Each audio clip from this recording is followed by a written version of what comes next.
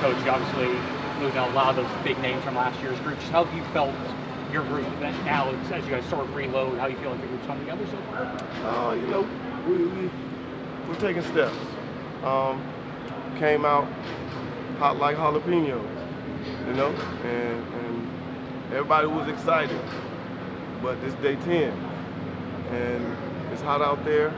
There's a lot more installed in. It's a lot of motions, a lot of shifts, and it's a lot of details. Things fall apart, and so we got a lot of work to do. You want to be excited about them, but at the same time, we got a lot of work to do. Saw C.J. Daniels was out there today. Just what have you seen from him, you know, over the course of the last few weeks when he hasn't been able to practice? Like, what has he been doing to kind of help the group and like, you know, kind of learn the offense and everything? Really good job in leadership. You know, he's the oldest guy in the room, and you need that older guy, the big brother, and they lean on him from that perspective. And from day one, he said, "Hey, coach, can you make a group thread with just the players, not the coaches?" And they're on it all the time. And so they'll text, "Hey, we're gonna watch film at 5 o'clock." And you'll notice a lot of guys in the building around that time because we gotta take this thing to the next level. So it's a constant mindset of how do we get better. If we did good job. How do I get better? If we did bad, dang, how do I get better? That's how we're gonna end it all. And you know, you guys, I think if I remember right, you guys recruited him when he was in the portal the first time. He chose LSU, comes here now. Just what do you like about him as a player? Oh, you know what, man? He's a worker. He's a worker. You don't have to tell him to catch jug machine, catch balls from the jug machine. He's the one initiating, and he's kind of been through it, and he knows he has a lot of young guys behind him, so he's trying to show them the way. And being that when I was here, that was the process. You know, the freshmen come in and the older guys show them the way, and then when the older guys leave, you take it over. And so that's really what I've respected from his approach, and we're gonna need to continue to get better at it. Coach, I'm curious to know, with your young receiver group, who else has been coming up and being a leader within the group? You know what? It's funny, I kind of tell them all the time that everybody expects anybody to be a leader. You got to learn how to be a leader. Some lead by example. Some are servant leaders. Some of them are more demanding. And you just got to figure out what's your niche. And so for the room, I got to be the same guy every day to teach them how to be the same guy every day. And I think as that goes, I have to build that chemistry. So I got to put something in their tool belt to force them to hold somebody else accountable and just teach them how to. So when they fail at it, like, man, why you ain't tell him he was wrong? No. You got to be that way because come game time, if he drop a ball, you can't not let it go. You're going to be ready to yell and get after him. But if that's the first time you're doing it, that ain't right. That ain't good. So it's funny you say that because I've seen JoJo Trader actually keep you accountable through practice. Talk about his leadership skills, how he's been. Yeah, it's funny how that works because, again, I can't try to teach you how to be something and then I can't follow.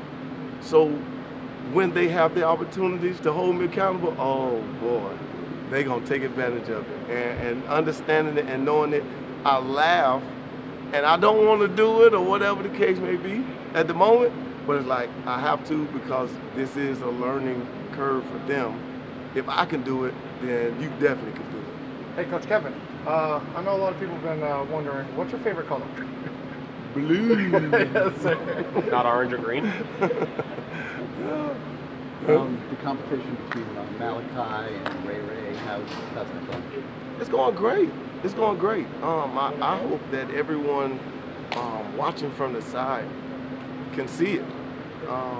That's what the University of Miami has been built on. Good players pushing each other to be the best player, and taking advantage of the opportunities when they come. And when you move on, then now it's my turn to do the same thing. And the process just continues from that perspective. So I encourage it. I try my best to egg it on and push it and not try to talk, not try to whisper about it. Like, hey, Ray, he coming. Malik, you saw the plays he made today.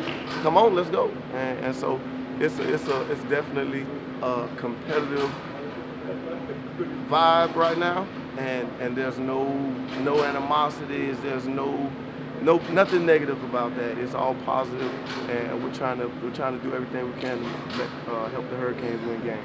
There's a couple more questions. Josh and Upshaw, how are they doing? They're coming along. They're coming along. They have their moments where they're doing some really good things, and that's a good thing. But at the end of the day, I have to keep telling them, yesterday's over. Nobody cares about yesterday. What are you doing today?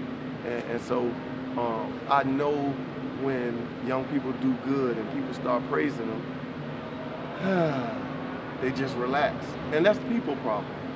So what I try to do, understanding those hurdles, I try to attack them before they can have an opportunity to get comfortable. I try to get on them about that so they can understand it and push through.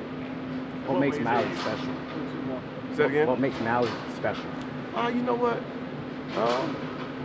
He doesn't care. He has no fear. He puts the work in outside of the football field to allow himself to come out here fearless. That's something that you can't watch a highlight tape and get. You got to get to know a kid. You got to get to know his family and his upbringing. And when you learn that about him, you get a chance. You'll understand it. But that's what he does. He prepares off the field beforehand, so when he gets on the field, he's locked in. In what ways are you seeing JoJo take advantage of his opportunities? Man, JoJo is learning how to play through hard. He is so talented naturally that he has an advantage against anybody just because of his talent level. And what happens is, because he's so talented, he can wake up in the morning and just put cleats on and just be really good. But what happens when you meet another really good player? Now what? You've been able to make it this far in your life just by making it. Now this team is preparing to take you out of the game. The DB is thinking in his mind, I'm going to get drafted off of you. How are you going to respond? And he's learning how to respond every day, and he's doing a really good job of it. Again, when he does a good job, how we get better. And when he fails at it, I always try to eliminate the fear of failure for them so that when they do fail, hey, we failed, we don't like it, we got to get better. And how did I fail? Because if I don't know how I failed, then 9 times out of 10, I'll be failing again more than being successful. But if I learn how to fail, that'll teach me how to be successful.